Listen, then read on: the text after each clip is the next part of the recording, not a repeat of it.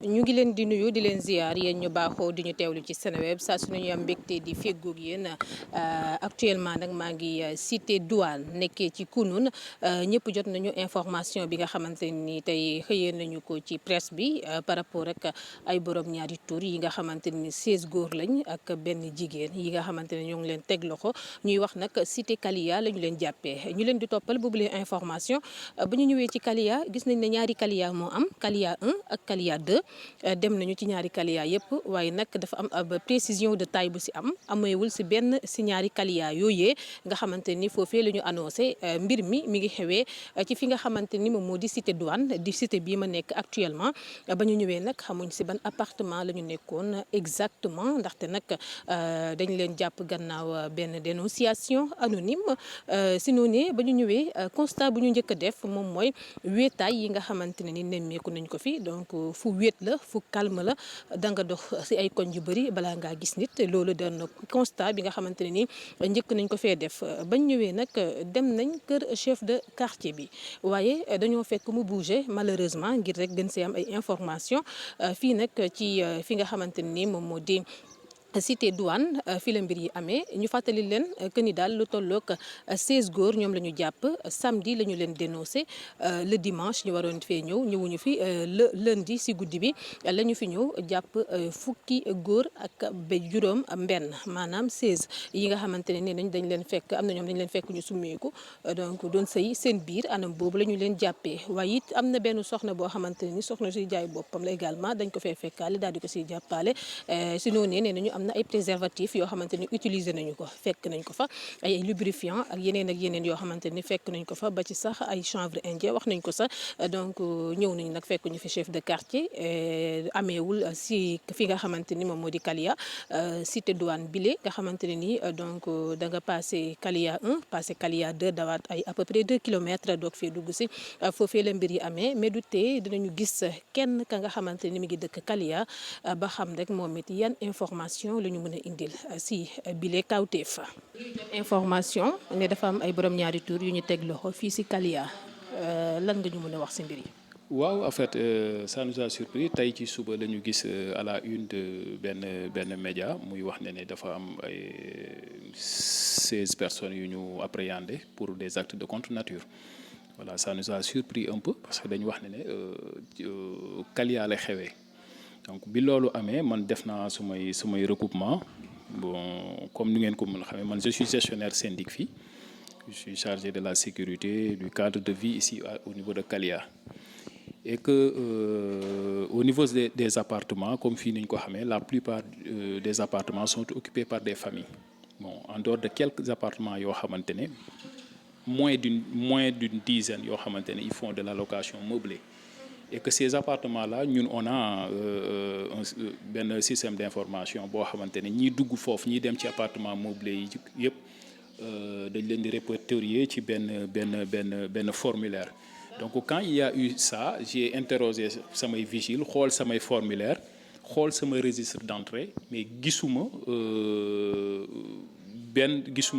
nombre de personnes boobu ñuy wax gisuma ko ci samay registre gisuma ko ci samay formulaire.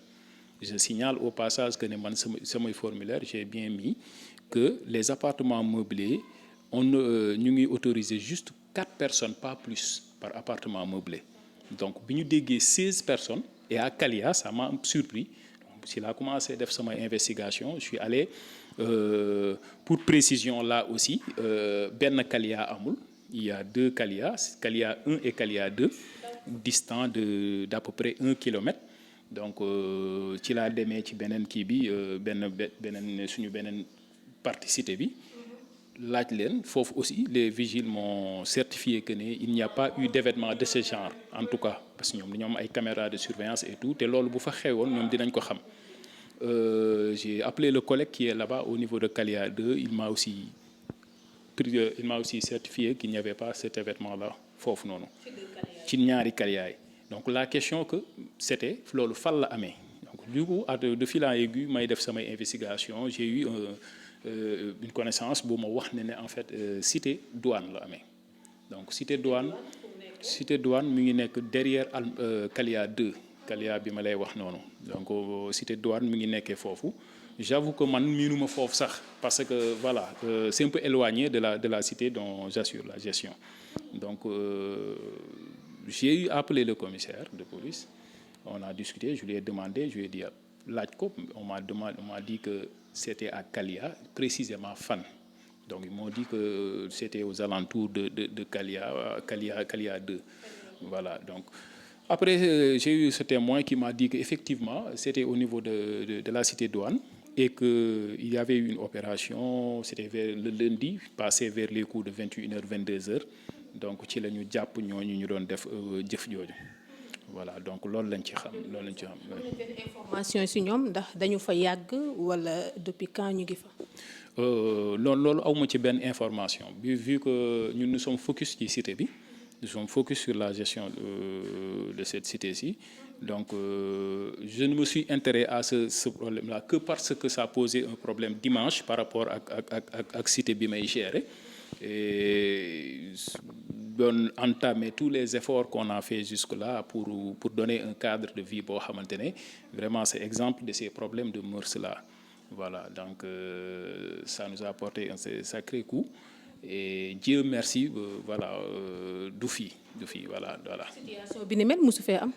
situation bu ni mel musu fee am parce que je précise qu'on travaille en étroite collaboration avec la police de Jaxaay. Au passage je salue le commissaire de police monsieur Ndiaye nga xamante ne à chaque fois il est disponible chaque fois bu ñu gisee loo xamante ne nii c'est des tapages loo xamante ne nii c'est pas conforme à notre règlement intérieur nous nous en référons directement à lui et il a toujours intervenu de manière diligente pour régler yenn cas yi souvent ce qu'on avait c'est des cas de tapage parce que c'est une cité boo xamante ne voilà parfois les jeunes vous savez mais en dehors de ça on n'a jamais eu de problème de mœurs ci cité bi voilà parce que nous la gérons en fait d'une main de fer comme vous pouvez l'imaginer à l'entrée il y a eu un vigile qui vous a demandé de vous identifier et tout donc voilà on maîtrise un peu les entrées et les sorties. Cadre général bi phénomène yi ni am dañuy gis à chaque fois ces jeunes yu calme jeunes yu reculés dafay faral di bëri ban message nga siy lancé ngir éradiquer ko. En tant que gestionnaire syndic ce que je sais mooy projet immobilier yi les appartements et autres de plus en plus dafa bëri phénomène yooyu parce que man j'ai eu plusieurs fois à recaler de jeunes gens yoo xamante ne ni dañuy ñëw bëgg accéder ci appartement meublé yi. Souvent c'est des élèves yoo xamante ne à des heures yoo xamante ne ça devrait les trouver école ils passent pour demander si il y a ici des locations meublées mais ñun chaque jour suñu politique mooy dañ leen di décourager bu ñu ñëwee même bu fi amee on leur dit non puisque j'ai donné des instructions fermes pour que vigiles yi à chaque fois ñuy agir ñuy promptement di bañ a jox accès mineurs yi ci cité bi et mon constat est que de plus en plus malheureusement les jeunes ça donne à la débauche te loolu ñu ngi koy mën a defee ci cité yi nga xamante ne il y a des appartements meublés et tout je signale au passage que ñun fii la politique qu'on a prise c'est que j'ai très tôt informé les copropriétaires yi nga xamante ne ñu ngi doon def ay appartements meublés à ce que ñu conforme à la législation d'ailleurs actuellement ñi nga xamante ne ñu ngi exploiter ay appartements meublés dañu dem police du tourisme ils se sont déclarés ils sont conformes pour mën a def activité boobu donc ku déclaré wul doo activité boobu du ñu nangu nga di ko fi def mais ensuite ñun derrière on a notre règlement intérieur